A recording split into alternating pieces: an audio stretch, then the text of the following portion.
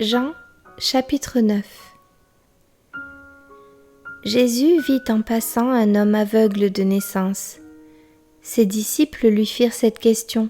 « Rabbi, qui a péché, cet homme ou ses parents pour qu'il soit né aveugle ?» Jésus répondit. « Ce n'est pas que lui ou ses parents aient péché, mais c'est afin que les œuvres de Dieu soient manifestées en lui. Il faut que je fasse, tandis qu'il est jour, les œuvres de celui qui m'a envoyé. La nuit vient où personne ne peut travailler. Pendant que je suis dans le monde, je suis la lumière du monde. » Après avoir dit cela, il cracha à terre et fit de la boue avec sa salive. Puis il appliqua cette boue sur les yeux de l'aveugle et lui dit « Va et lave-toi au réservoir de Siloé », nom qui signifie « envoyé ». Il y alla, se lava et s'en retourna voyant clair. Ses voisins et ceux qui auparavant l'avaient connu comme un mendiant disaient « N'est-ce pas là celui qui se tenait assis et qui mendiait ?» Les uns disaient « C'est lui ». D'autres disaient « Non, mais il lui ressemble ». Et lui-même disait « C'est moi ». Ils lui dirent donc « Comment tes yeux ont-ils été ouverts ?» Il répondit « L'homme qu'on appelle Jésus a fait de la boue, a oint mes yeux et m'a dit « Va au réservoir de Siloé et lave-toi ».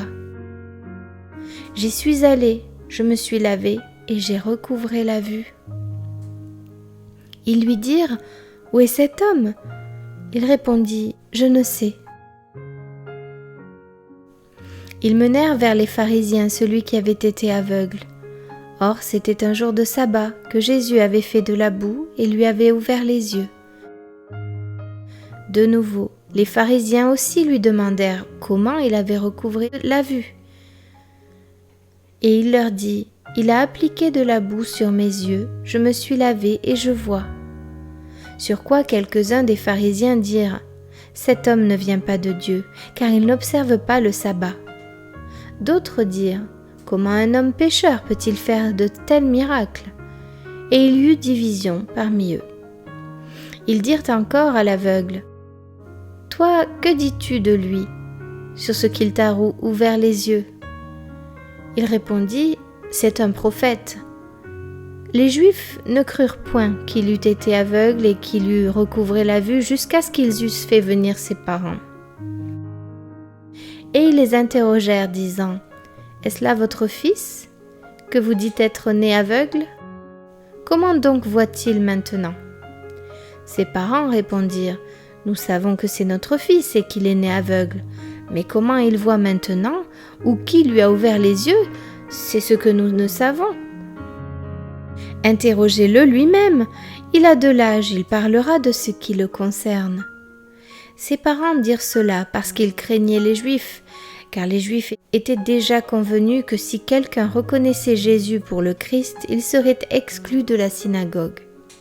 C'est pourquoi ses parents dirent « Il a de l'âge, interrogez-le lui-même. » Les pharisiens appelèrent une seconde fois l'homme qui avait été aveugle et ils lui dirent « Donne gloire à Dieu, nous savons que cet homme est un pécheur. » Il répondit « S'il est un pécheur, je ne sais. Je sais une chose, c'est que j'étais aveugle et que maintenant je vois. » Ils lui dirent « Que t'a-t-il fait? Comment t'a-t-il ouvert les yeux ?» Il leur répondit « Je vous l'ai déjà dit et vous n'avez pas écouté. Pourquoi voulez-vous l'entendre encore? Voulez-vous aussi devenir ses disciples ?» Ils l'injurièrent et dirent « C'est toi qui es son disciple, nous sommes disciples de Moïse. Nous savons que Dieu a parlé à Moïse, mais celui-ci, nous ne savons d'où il est. » Cet homme leur répondit « Il est étonnant que vous ne sachiez d'où il est, et cependant il m'a ouvert les yeux. Nous savons que Dieu n'exauce point les pécheurs, mais si quelqu'un l'honore et fait sa volonté, c'est celui-là qui l'exauce. Jamais on n'a entendu dire que quelqu'un ait ouvert les yeux d'un aveugle-né. Si cet homme ne venait pas de Dieu, il ne pourrait rien faire. » Ils lui répondirent « Tu es né tout entier dans le péché et tu nous enseignes ?» Et ils le chassèrent. Jésus apprit qu'il l'avait chassé, et l'ayant rencontré, il lui dit « Crois-tu au Fils de Dieu ?» Il répondit « Et qui est-il, Seigneur, afin que je croie en lui ?» « Tu l'as vu, lui dit Jésus, c'est celui qui te parle, c'est lui. » Et il dit « Je crois, Seigneur. » Et il se prosterna devant lui. Puis Jésus dit « Je suis venu dans ce monde pour un jugement, pour que ceux qui ne voient point voient, et que ceux qui voient deviennent aveugles. » Quelques pharisiens qui étaient avec lui, ayant entendu ces paroles, lui dirent « Nous aussi sommes-nous aveugles ?» Jésus leur répondit « Si vous étiez aveugles, vous n'auriez pas de péché. Mais maintenant vous dites « Nous voyons ». C'est pour cela que votre péché subsiste.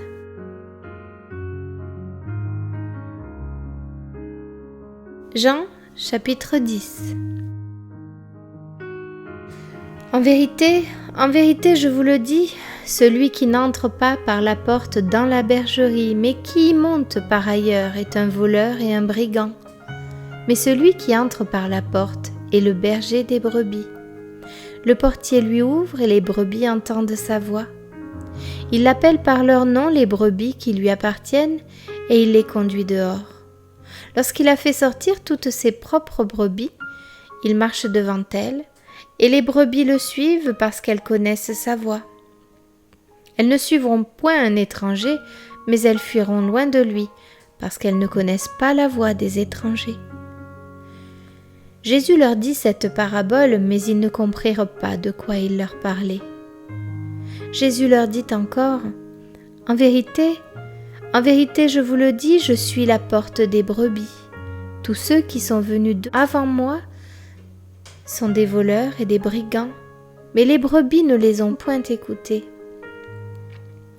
Je suis la porte. Si quelqu'un entre par moi, il sera sauvé.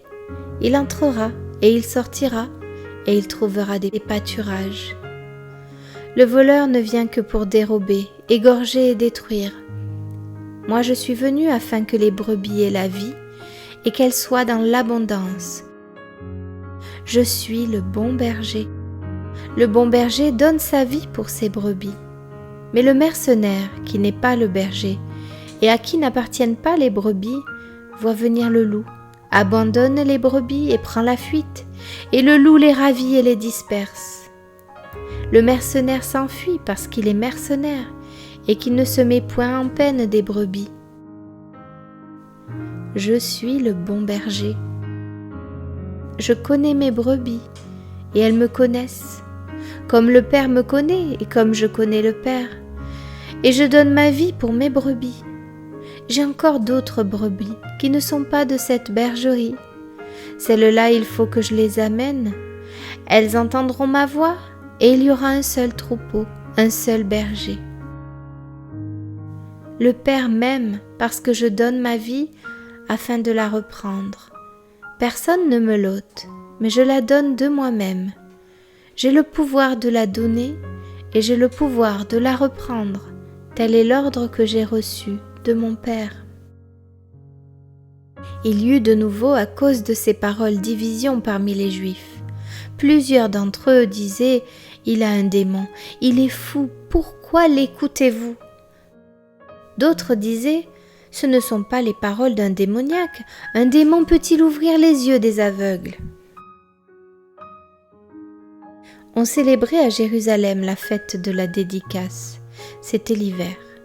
Et Jésus se promenait dans le temple sous le portique de Salomon. Les Juifs l'entourèrent et lui dirent « Jusqu'à quand tiendras-tu notre esprit en suspens? Si tu es le Christ, dis-le-nous franchement. » Jésus leur répondit « Je vous l'ai dit, et vous ne croyez pas. Les œuvres que je fais au nom de mon Père rendent témoignage de moi. Mais vous ne me croyez pas parce que vous n'êtes pas de mes brebis. Mes brebis entendent ma voix, je les connais et elles me suivent. Je leur donne la vie éternelle et elles ne périront jamais. Et personne ne les ravira de ma main. Mon Père qui me les a donnés est plus grand que tous et personne ne peut les ravir de la main de mon Père. Moi et le Père, nous sommes un. Alors les Juifs prirent de nouveau des pierres pour le lapider. Jésus leur dit, « Je vous ai fait voir plusieurs bonnes œuvres venant de mon Père.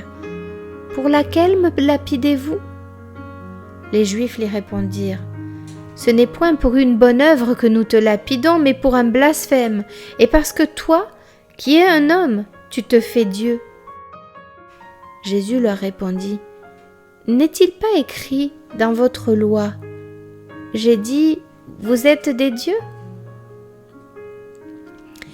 Si elle a appelé Dieu ceux à qui la parole de Dieu a été adressée, et si l'Écriture ne peut être anéantie, celui que le Père a sanctifié et envoyé dans le monde, vous lui dites, tu blasphèmes. Et cela parce que j'ai dit, je suis le Fils de Dieu? Si je ne fais pas les œuvres de mon Père, ne me croyez pas, mais si je les fais, quand même vous ne me croyez point, croyez à ses œuvres, afin que vous sachiez et reconnaissiez que le Père est en moi et que je suis dans le Père. Là-dessus, ils cherchèrent encore à le saisir, mais il s'échappa de leurs mains. Jésus s'en alla de nouveau au-delà du Jourdain, dans le lieu où Jean avait d'abord baptisé, et il y demeura. Beaucoup de gens vinrent à lui et ils disaient, « Jean n'a fait aucun miracle, mais tout ce que Jean a dit de cet homme était vrai. » Et dans ce lieu-là, plusieurs crurent en lui.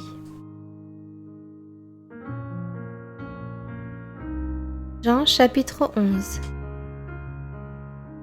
Il y avait un homme malade, Lazare de Béthanie, village de Marie et de Marthe sa sœur. C'était cette Marie qui oignait de parfum le Seigneur et qui lui essuya les pieds avec ses cheveux, et c'était son frère Lazare qui était malade. Les sœurs envoyèrent dire à Jésus, « Seigneur, voici, celui que tu aimes est malade. » Après avoir entendu cela, Jésus dit, « Cette maladie n'est point à la mort, mais elle est pour la gloire de Dieu, afin que le Fils de Dieu soit glorifié par elle. » Or Jésus aimait Marthe et sa sœur et Lazare. Lors donc qu'il eut appris que Lazare était malade, il resta 2 jours encore dans le lieu où il était, et il dit ensuite aux disciples, « Retournons en Judée. » Les disciples lui dirent, « Rabbi, les Juifs tout récemment cherchaient à te lapider et tu retournes en Judée. » Jésus répondit, « N'y a-t-il pas 12 heures au jour? Si quelqu'un marche pendant le jour, il ne bronche point parce qu'il voit la lumière de ce monde. Mais si quelqu'un marche pendant la nuit, il bronche parce que la lumière n'est pas en lui. » Après ces paroles, il leur dit, « Lazare, notre ami, dort, mais je vais le réveiller. » Les disciples lui dirent, « Seigneur, s'il dort, il sera guéri. » Jésus avait parlé de sa mort, mais ils crurent qu'il parlait de l'assoupissement du sommeil. Alors Jésus leur dit ouvertement, « Lazare est mort. Et à cause de vous, afin que vous croyiez, je me réjouis de ce que je n'étais pas là, mais allons vers lui. » Sur quoi Thomas, appelé Didyme, dit aux autres disciples, « Allons aussi, afin de mourir avec lui. » Jésus étant arrivé, trouva que Lazare était déjà depuis 4 jours dans le sépulcre. Et comme Béthanie était près de Jérusalem à 15 stades environ, beaucoup de Juifs étaient venus vers Marthe et Marie pour les consoler de la mort de leur frère. Lorsque Marthe apprit que Jésus arrivait, elle alla au-devant de lui, tandis que Marie se tenait assise à la maison. Marthe dit à Jésus, « Seigneur, si tu eusses été ici, mon frère ne serait pas mort. Mais maintenant même, je sais que tout ce que tu demanderas à Dieu, Dieu te l'accordera. » Jésus lui dit, « Ton frère ressuscitera. » « Je sais, lui répondit Marthe, qu'il ressuscitera à la résurrection au dernier jour. » Jésus lui dit, « Je suis la résurrection et la vie. Celui qui croit en moi vivra, quand même il serait mort. Et quiconque vit et croit en moi ne mourra jamais. Crois-tu cela ?» Elle lui dit, « Oui, Seigneur, je crois que tu es le Christ, Fils de Dieu, qui devait venir dans le monde. » Ayant ainsi parlé, elle s'en alla. Puis elle appela secrètement Marie, sa sœur, et lui dit, « le maître est ici et il te demande. » Dès que Marie eut entendu, elle se leva promptement et alla vers lui. Car Jésus n'était pas encore entré dans le village, mais il était dans le lieu où Marthe l'avait rencontré. Les Juifs qui étaient avec Marie dans la maison et qui la consolaient, l'ayant vue se lever promptement et sortir, la suivirent, disant « Elle va au sépulcre pour y pleurer. » Lorsque Marie fut arrivée là où était Jésus et qu'elle le vit, elle tomba à ses pieds et lui dit « Seigneur, si tu eusses été ici, mon frère ne serait pas mort. » Jésus, la voyant pleurer, elle et les Juifs qui étaient venus avec elle, frémit en son esprit et fut tout ému. Et il dit « Où l'avez-vous mis ?»« Seigneur, lui répondirent-ils, viens et vois. » Jésus pleura. Sur quoi les Juifs dirent « Voyez comme il l'aimait. » Et quelques-uns d'entre eux dirent « Lui qui a ouvert les yeux de l'aveugle, ne pouvait-il pas faire aussi que cet homme ne mourût point ?» Jésus, frémissant de nouveau en lui-même, se rendit au sépulcre. C'était une grotte et une pierre était placée devant. Jésus dit « Ôtez la pierre. » Marthe, la sœur du mort, lui dit « Seigneur, il sent déjà, car il y a 4 jours qu'il est là. » Jésus lui dit « Ne t'ai-je pas dit que, si tu crois, tu verras la gloire de Dieu ?» Ils ôtèrent donc la pierre. Et Jésus leva les yeux en haut et dit « Père, je te rends grâce de ce que tu m'as exaucé. Pour moi, je savais que tu m'exauces toujours, mais j'ai parlé à cause de la foule qui m'entoure, afin qu'ils croient que c'est toi qui m'as envoyé. » Ayant dit cela, il cria d'une voix forte « Lazare, sors !» Et le mort sortit, les pieds et les mains liés de bandes et le visage enveloppé d'un linge. Jésus leur dit « Déliez-le et laissez-le aller. » Plusieurs des Juifs qui étaient venus vers Marie et qui virent ce que fit Jésus crurent en lui. Mais quelques-uns d'entre eux allèrent trouver les pharisiens et leur dirent ce que Jésus avait fait. Alors, les principaux sacrificateurs et les pharisiens assemblèrent le Sanhédrin et dirent « Que ferons-nous, car cet homme fait beaucoup de miracles. Si nous le laissons faire, tous croiront en lui, et les Romains viendront détruire et notre ville et notre nation. » L'un d'eux, Caïphe, qui était souverain sacrificateur cette année-là, leur dit « Vous n'y entendez rien, vous ne réfléchissez pas qu'il est dans votre intérêt qu'un seul homme meure pour le peuple et que la nation entière ne périsse pas. » Or il ne dit pas cela de lui-même, mais étant souverain sacrificateur cette année-là, il prophétisa que Jésus devait mourir pour la nation. Et ce n'était pas pour la nation seulement, c'était aussi afin de réunir en un seul corps les enfants de Dieu dispersés. Dès ce jour, ils résolurent de le faire mourir. C'est pourquoi Jésus ne se montra plus ouvertement parmi les Juifs, mais il se retira dans la contrée voisine du désert, dans une ville appelée Éphraïm, et là il demeurait avec ses disciples. La Pâque des Juifs était proche, et beaucoup de gens du pays montèrent à Jérusalem avant la Pâque pour se purifier. Ils cherchaient Jésus et ils se disaient les uns aux autres dans le temple « Que vous ensemble, ne viendra-t-il pas à la fête ?» Or les principaux sacrificateurs et les pharisiens avaient donné l'ordre que si quelqu'un savait où il était, il le déclarât afin qu'on se saisît de lui.